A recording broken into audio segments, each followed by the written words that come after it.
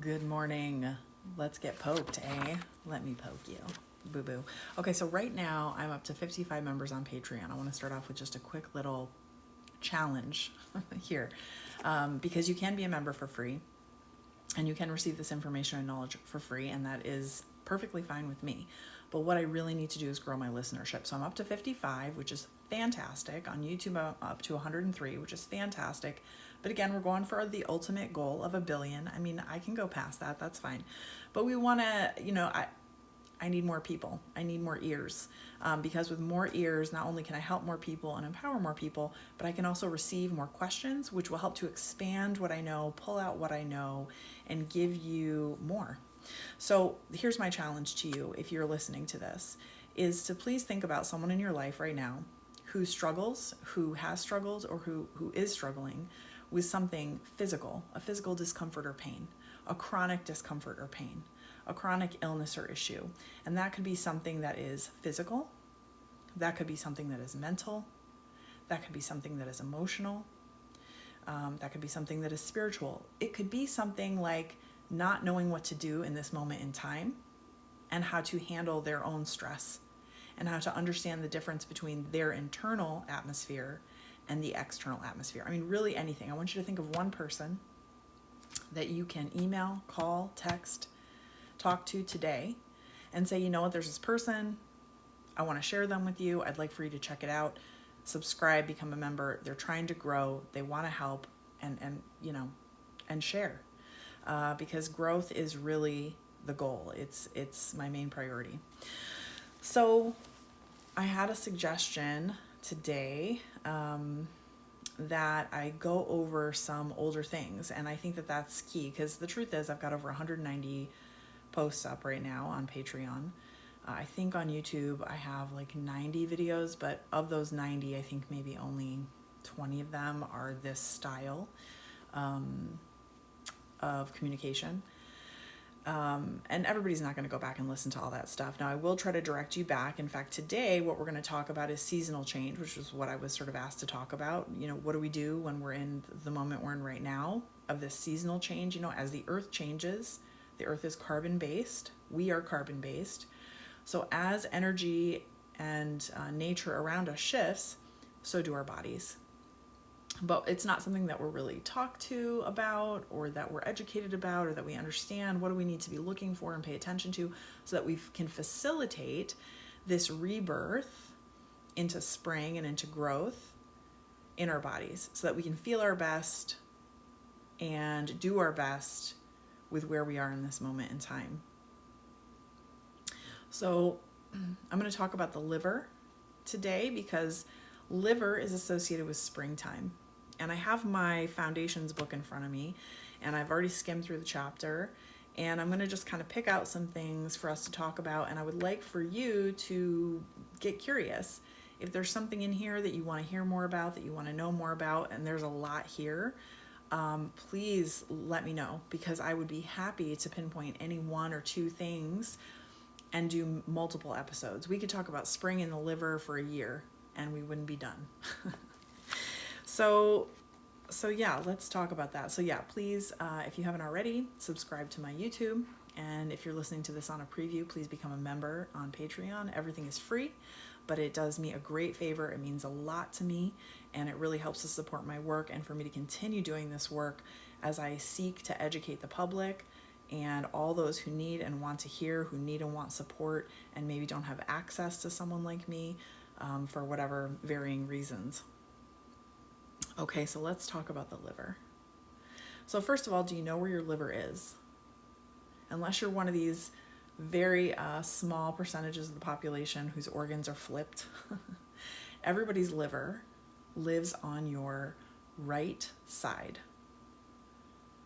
just under the rib cage. You can actually, if you have an enlarged liver, I can actually palpate livers by using my fingers to come up and under the rib cage, working with someone's breath. I can feel if their liver is enlarged. So your liver lives right at the bottom middle of that rib cage on the right hand side, and your gallbladder is tucked right there with the liver. And the liver, in Western terms, most people, if you ask about the liver, they go, oh yeah, it's like your filter. Sure, yep, that's true. We have a lot of different filters in our body. The liver is definitely one, and it's an important one. In Chinese medicine, what we say is that the liver stores the blood. It's the storehouse of the blood.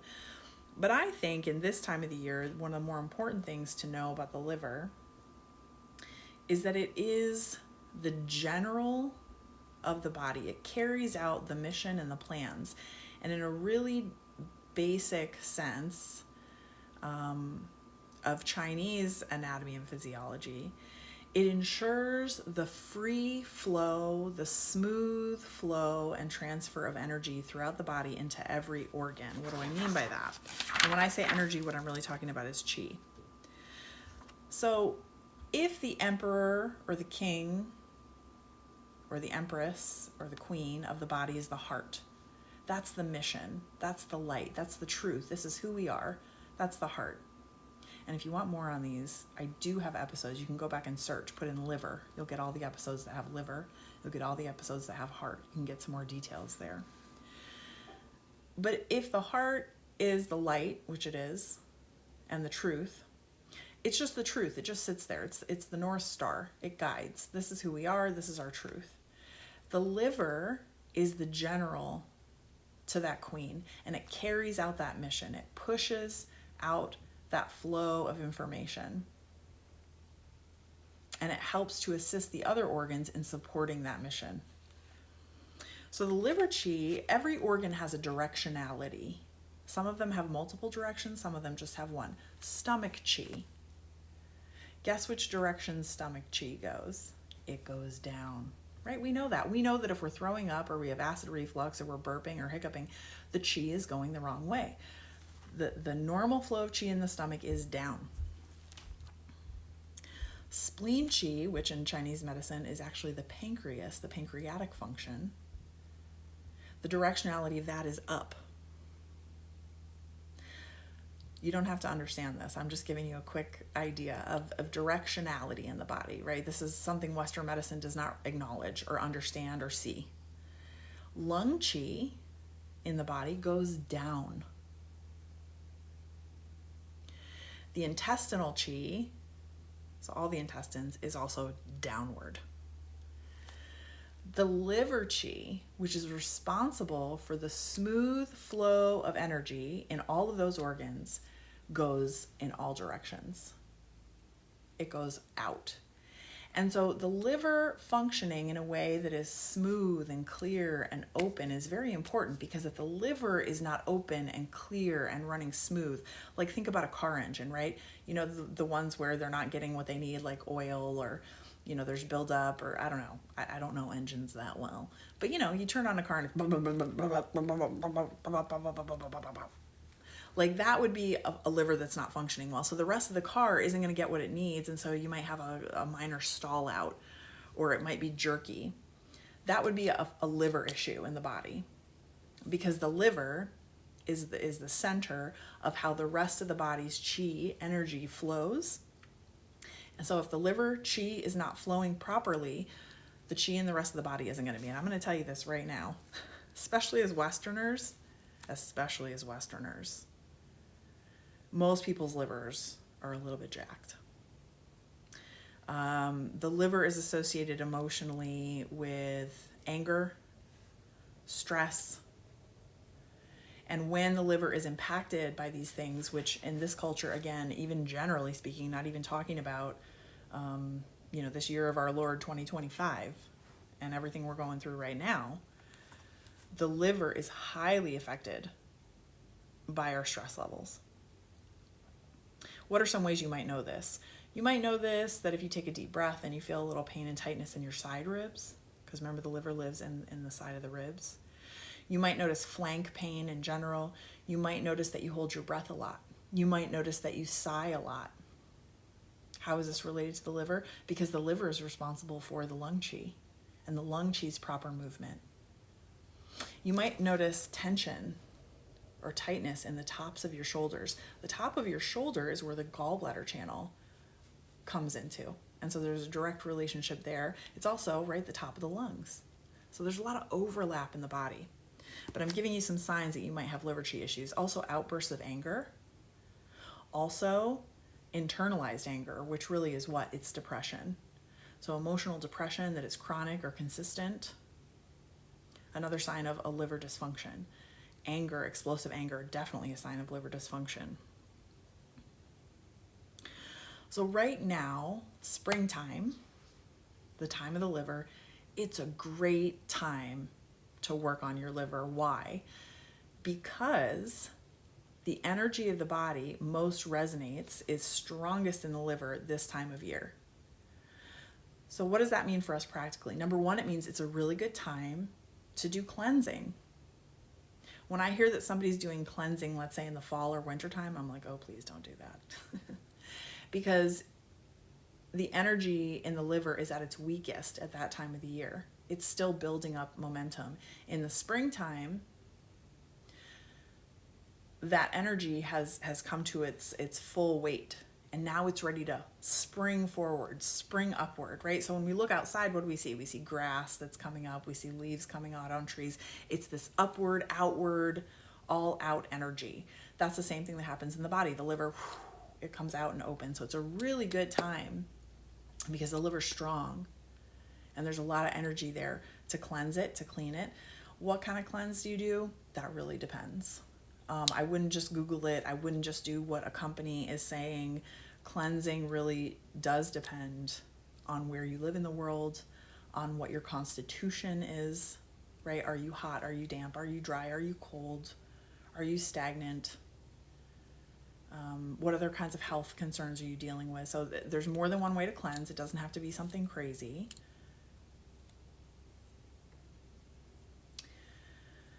So springtime, this upward moving energy, and we're going to be dealing with that for a while. It's a good time to clean the liver. It's also a good time to get into more of a stretching mindset.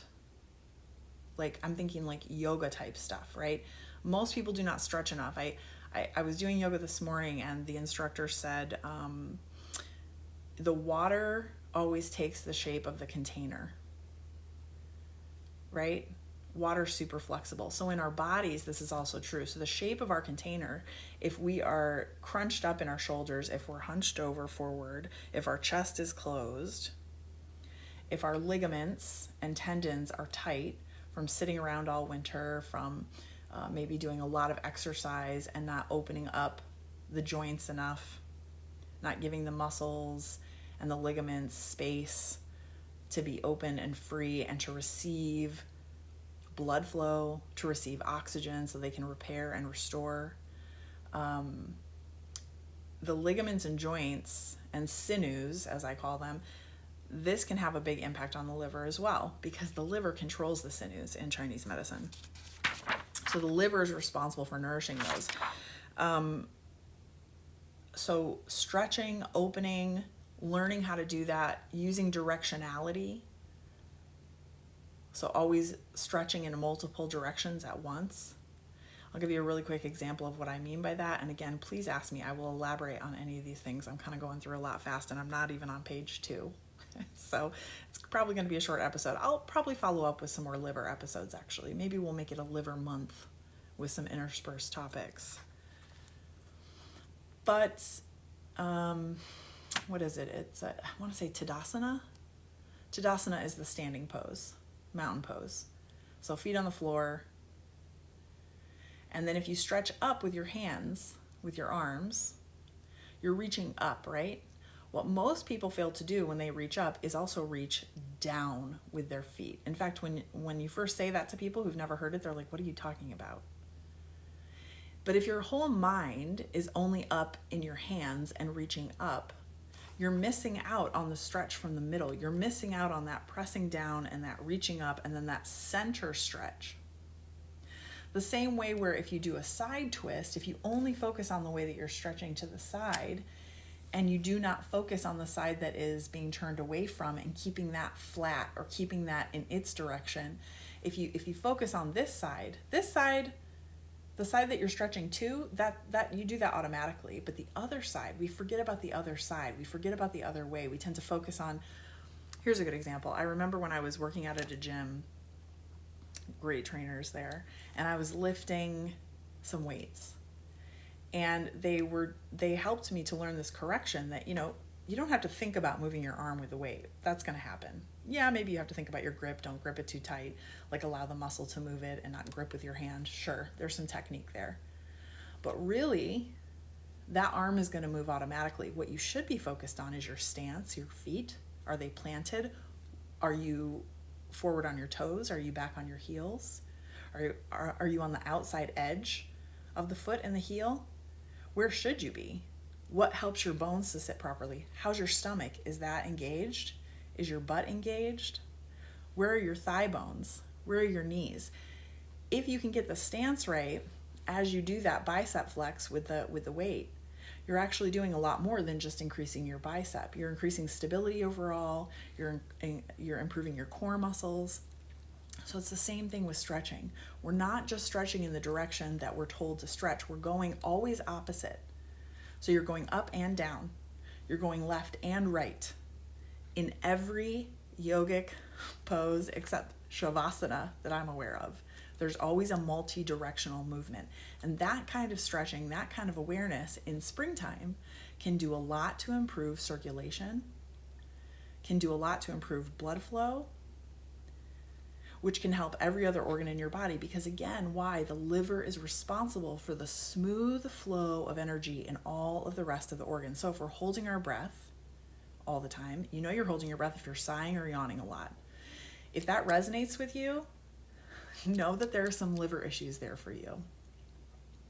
And just becoming aware of every time you sigh or yawn can be a huge opening for the awareness of the rest of this functioning of the liver in your body, and maybe even your own emotions. Okay, so stretching, cleansing. What else can I tell you about the liver? So the smooth flow of liver chi affects the emotional state. It affects digestion, and it affects secretion of bile from the gallbladder. Because again, if the liver's not flowing smoothly, nothing's flowing smoothly. And the smooth flow of liver chi is essential. It is absolutely essential for a balanced emotional state. So taking care of our livers in general is important, and I would say especially right now, as we're facing a lot on a personal and communal level. Controls the sinews, we talked about that. The liver is huge with periods. It's massive. The liver is so big, it's its own topic. I'll have to go into it. Maybe we'll do another episode on the liver and menstruation. That is a huge topic, and it's a really important one. If you have difficult periods, if you have a lot of pain, if you have a lot of dysfunction, if you have endometriosis, if you have any blood dysfunction in your body, whether it be period or otherwise, the liver is most definitely involved. And there's a lot you can do. That's the good news. There's so many simple things. Dietarily, herbally, acupuncture, movement, breath, qigong, tai chi. There's so many simple things that are accessible to you at home. Another thing about the liver is that it opens up into the eyes. What do I mean by that? So we see the state of the heart in the eyes, and you know this intuitively. You can look into somebody's eyes and go, ooh, they're a little bit nuts, right? They're having an issue. Or you can look in someone's eyes and go, you look kind of sad. You look kind of dull. Like, what's going on? Like, you can see a lot about a person through their eyes. That's the heart energy. The liver energy that opens into the eyes is the nourishment. Because again, the liver is responsible for blood in the body in terms of its storage and then its outward flowing. And if the liver is well functioning and nourished, it's going to nourish the rest of the body, specifically the eyes. So if the eyes are dry, red, irritated, that's where you can see also the state of liver health. The liver also controls tears. This is why crying is very important. Again, we go back to the emotions of anger, irritation, irritability with the liver. If you are someone who doesn't cry or struggles to cry or rarely cries or never cries, guaranteed you're going to be having some liver issues. They might be physical, they might be emotional, they might be both. But the liver controls the tears. And the tears in and of themselves actually, again, in Chinese medical theory, it involves other organs, but it's a cleansing. Essentially, tears are a pooping of energy from the liver and the heart. It's a cleansing of the liver and the heart. That's why hopefully, generally, you might feel exhausted, especially if you don't cry a lot, but hopefully you feel better for having gotten tears out of your body. The spirit associated with the liver, and there is a spirit for every yin organ in the body, which would be an endocrine organ, is called the liver hun. And it's the ethereal soul. So it connects to our ancestors. It's a free-flying soul. So it's thought to be the soul that goes on and on forever. It's like a collection of all of us. You know, everybody that came before us. It's a moving energy that goes throughout space and time. The liver and the heart are really connected. We'll talk about that in another episode. Okay, so let me read this little box here. It says the liver opens to the eyes and controls the tears. Liver blood, when it's normal, means good vision. Liver blood deficiency means blurred vision, floaters, myopia, dry, gritty eyes. And as we're aging, we get some of this, right? And liver blood and the liver does diminish with aging. This is why we want to keep it as healthy as possible. Liver yin deficiency, which is a deeper deficiency than blood. Dry, gritty eyes. Liver blood stasis, painful eyeball. Liver yang rising. So this means that the liver is inflamed. It's full. It's so full that it just shoots up. High blood pressure. Think high blood pressure. Think somebody with a red face, red eyes. That's a liver issue typically, of liver energy going up. So here it says liver yang rising, watery eyes. Liver fire, dry, bloodshot eyes may also be red, swollen, painful. I don't know if I want to get into all these, but I'm going to read it. We can talk about it later. Liver wind. Now, in a vacuity, if we have a cave, if there's an empty space, what fills an empty space? Wind. Wind fills. If you walk into a cave, there could be no wind outside, but you walk in and what do you hear? Right? There's nothing in there. But nature abhors a vacuum. Nature fills a vacuum. And when there is nothing else, we get wind. Wind in the body looks like tremors, looks like shaking.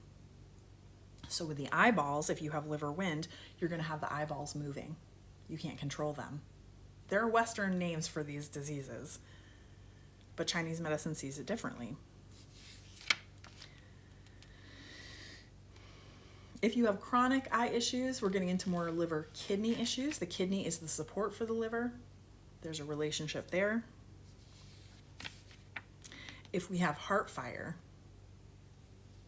again, heart-liver connection.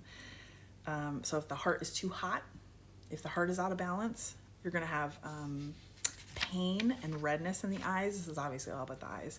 And then kidney yin deficiency, so a deficiency of substance in the kidneys.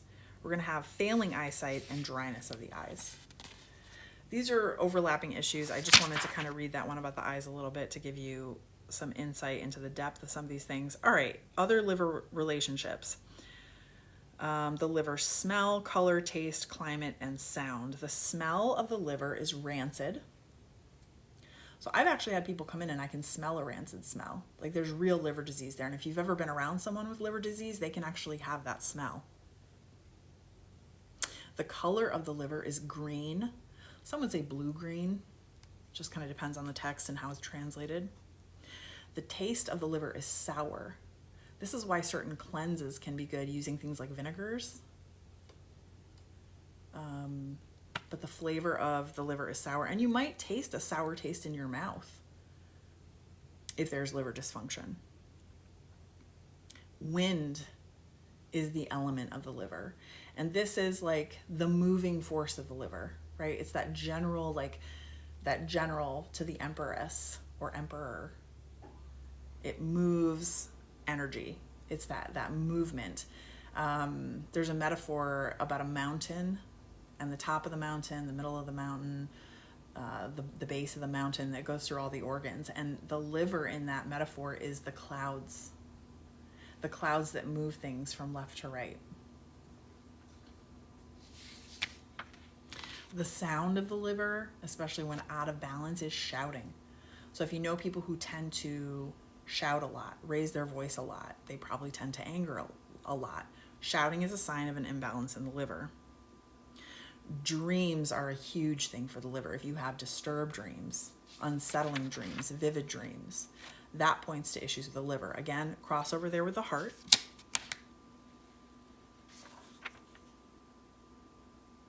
The liver also controls our ability to plan.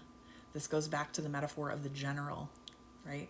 Generals get the plans, or they get the mission from the emperor, and then they set the plan, and then they put it out into the world. They send all that chi, all those soldiers out into the body to go do that mission. So planning, mentally, the liver is about the ability to plan.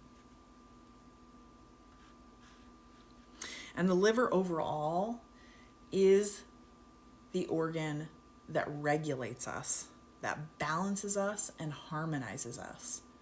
So if the liver's not healthy, right, we're going to have a hard time regulating our emotions or our bodies or our breath. We're going to have a hard time balancing our lives, our minds, our bodies. We're going to have a hard time planning to do those things. And in general, we're going to have a difficult time being in harmony. And obviously this is a spectrum, right? And if you have liver issues, some of these things might come up more acutely in the springtime. This is one of the reasons I'm sort of excited about, might not be the right word, but sort of excited about the political climate that we're in right now and the spring energy coming up. As a doctor of Chinese medicine, I am very acutely aware that we are in springtime and that this upward movement, this upward outward movement of energy, right? Add to that the feelings of anger, of being pushed back, needing to be free, and the natural movement of the energy, which is to spring out, right? Wood is the element of the liver. And so you look at the trees, what are they doing? They're reaching up, that energy is going out. There's blooms happening. That's powerful. That's really powerful energy. And so as we move into spring right now with what we're going through in the United States, this is the energy that's inside of us, that's inside of the earth. It's there supporting us and pushing us.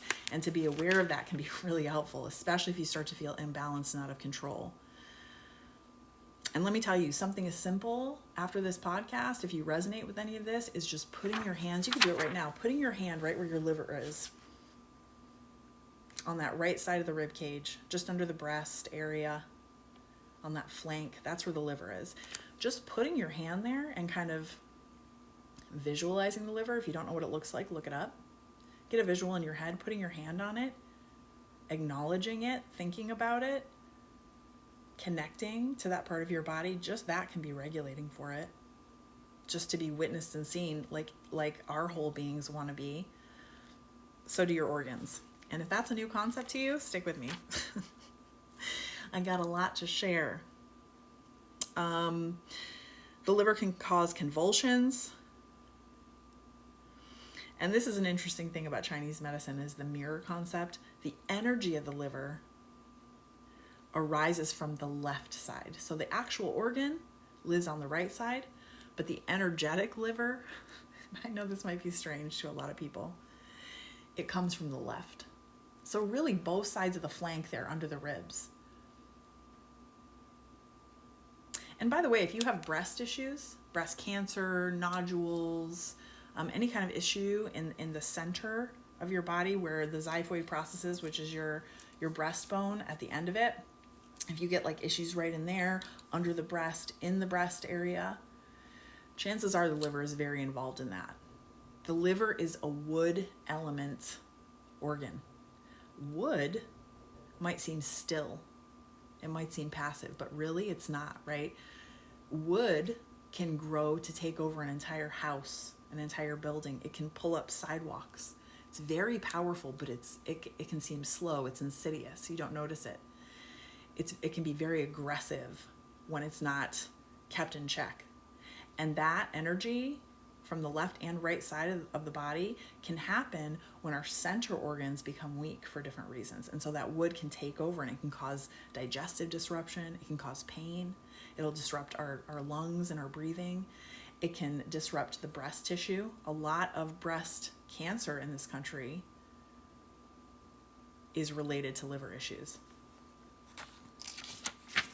So, 29 minutes in, I didn't even touch that chapter. So there's a lot we can talk about there.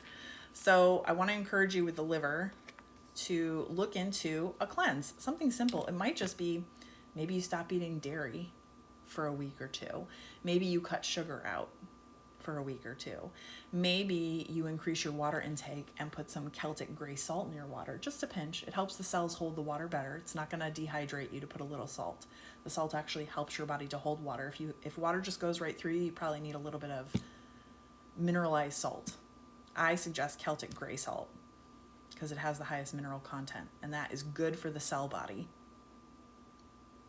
So maybe it's drinking more water. Also stretching, opening up the joints, opening up the tendons, the sinews that become tight and cold and constricted over the course of winter. Now we're in springtime. We're not in this deep energy of winter where we're in the earth and we're germinating and we're hibernating. Now the energy is coming up and out in the body. So we need to have free flow of the tendons and the ligaments and the joint. We want better circulation so we can think better, we can move better, we can be more harmonized. All of our organs can receive a better energy flow from this responsible organ of the liver. The liver is hugely important. This is a very basic introduction. If you want to hear more about the liver today, if any of this is interesting to you, go back into my Patreon library. If you're a member, you have access to all 190 some episodes. Type in liver under search, and you will see multiple podcasts there of the information about the liver. All right, thanks for sticking with me. We're going to talk more about the liver. I'm going to pick out some topics from this and re-listen to this myself. Please send me any questions. Make them as specific as you want, as general as you want. I'm here to answer your questions. I'm here to educate you and to help you to take control of your health and empower yourself. Please become a member of my Patreon if you can. It's free. Share it with a friend today. If you prefer to watch, go to YouTube. I will upload my stream from TikTok onto YouTube, and you can subscribe to me there. It helps me. I appreciate it a lot. I hope you have a great day. You just got poked. Take care.